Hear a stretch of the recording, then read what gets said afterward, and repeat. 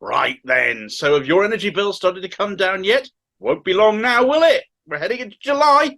We know the energy supply companies have been purchasing wholesale gas and electricity more cheaply for months and months now.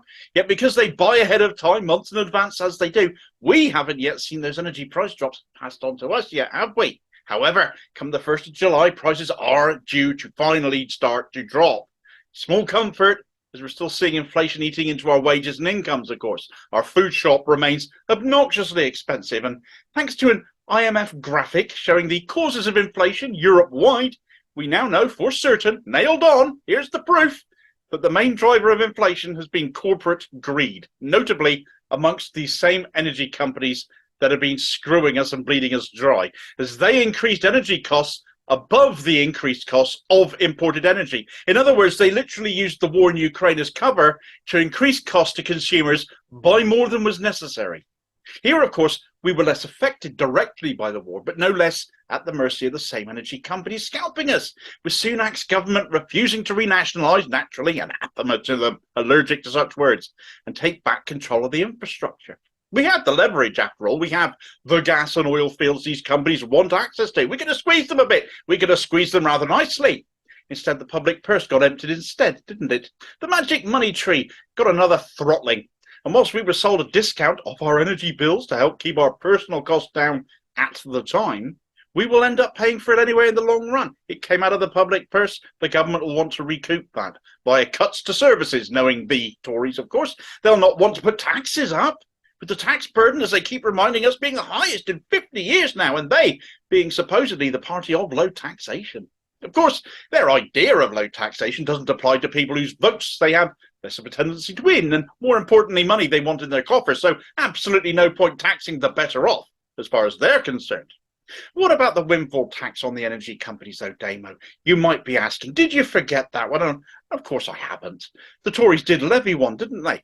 Makes a change for many of these companies have to pay some tax, didn't it? A 75% windfall tax on those same energy companies, agreeing they needed to take their share of the pain here too.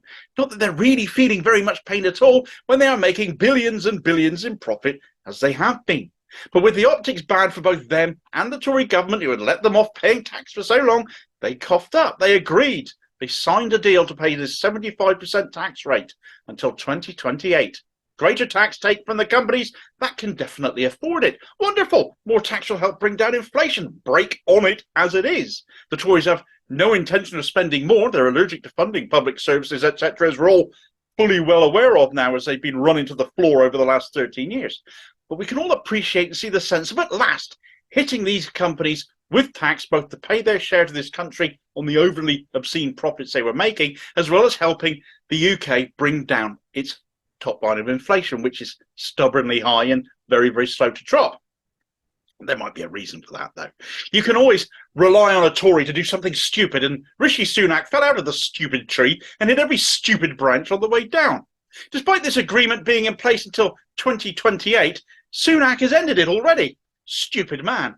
Prices are coming down. No need to pay that rate of tax anymore, Shell or BP or whoever else it might be. We'll do you a favour. We'll be rather nice to you because we like you. You make lots of money. We'll drop it to 40%. Oh, you want to do further gas and exploration and wish to have your tax offset again to pay for that? Sure, why not? It's what we've done for you in the past, isn't it? I'm waiting for that one to come. They haven't announced that one yet, but it's what's happened before. No more tax for you. Happy hunting. We have an inflation crisis, and Sunak drops taxes to vast corporations we now know were amongst the leading causes of it, amongst other corporations profiting unfairly. Here in the UK, eyes have been on the supermarkets too, and let's not forget Brexit red tape and how much that's adding to all of our household expenses. Sunak ending this isn't going to put our prices back up again, though. Our bills are genuinely dropping, or are beginning to. The rumours of fixed price tariffs returning are getting more numerous. The ability to switch energy provider again may prove worthwhile. Or will it? Because for all of Sunak's idiocy about letting energy corporations off their taxes, letting their profit margins grow accordingly, once again, he sure as hell won't do the equivalent for us. And in another act of epic Sunak stupidity, courtesy of a rather large stupid stick he's evidently been hit with as well, he's going to add to our energy bills just as they're starting to come down, and do it in the crassest, most misleading, way he could. The Green Energy Levy. This thing has always tickled me for all the wrong reasons, really, given the government's continued love-in with the fossil fuel industry, the favouritism it shows towards that, the fact they charge us instead of, for instance, them, for investing in green and more environmentally friendly energy options. It is the most Tory thing ever. Sunak talks of wind farms a lot these days, doesn't he? But ultimately, the oil and gas giants will still dominate. The levy isn't just for this, of course. It also gets used to help pay to make homes more energy efficient and better insulated, as well as helping vulnerable people. So despite getting called a green levy, it does a lot more heavy lifting than just green issues. But of course, calling it a green levy means anyone critical of this charge appearing on their energy bills can blame the green crap for their bills being higher than they like. Critical ministers can also blame this levy for the same reasons, saying, this going green business is no good, it's costing consumers money. Our voters are getting poorer because of it. It's not competitive if you have to subsidise it with levies. Well, the fossil fuel industry gets even bigger levies, so answer that one. One example of Tory numbskullery on this is Jacob Rees-Mogg, of course, who wants to see it ditched and further embracing of fossil fuel industries like fracking. Cheaper energy bills, but your tap will spew fire instead of water as your house gets hit by the third earthquake of the day. Lovely. You just have this feeling in your bones when he gets all excited about this that he must have shares in it somewhere as well. If he's not benefiting from something personally, he doesn't seem to support stuff. And this he's on record as saying he'd allow people to frack in his back garden. You live in a castle, sunshine. Your back garden's probably half a Somerset. But I digress. Now, one of the easiest bits of remedial action the government took when energy bills rose was to remove this levy from our bills entirely. The government took over paying it, whilst we fought against rising energy wholesale costs being greedily passed on, and then some, as we now know, by the profiteering energy corporations. It was a token gesture, but the right-wing media loved it. Anyway, as sure as Sunak is swiftly removing the windfall tax on the multi-billion-pound profits of the energy companies, no sooner are our bills just now started to come down than he's sticking the green energy levy back on our bills again. We haven't yet drawn breath. We haven't seen that lower bill yet, and already he's hiking them himself. The green energy levy being added to all of our bills will amount to £170 a year. We get higher bills. Those who impose the higher bills get a tax cut. That's fair, isn't it? There's Tory Britain all over for you. The levy had been suspended for just 9 months all in, and the minute our bills drop in July, this is going to be stuck on top again. Another nasty move from a nasty party we're all heartily sick of. Now, by no means is this, or should this be taken as a criticism in investment in green energy in and of itself. I'm a green, of course. I support such investment.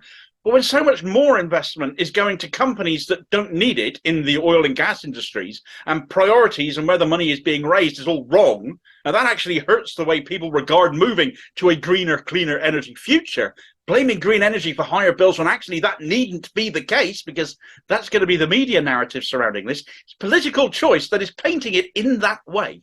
And doing this here and now will maximise that anger towards going green. When it's not the idea of going green that should be making you angry, it's where the Tories are making you pay for it and not multi-billion-pound profit-making, polluting oil and gas energy firms who have been overcharging you for months.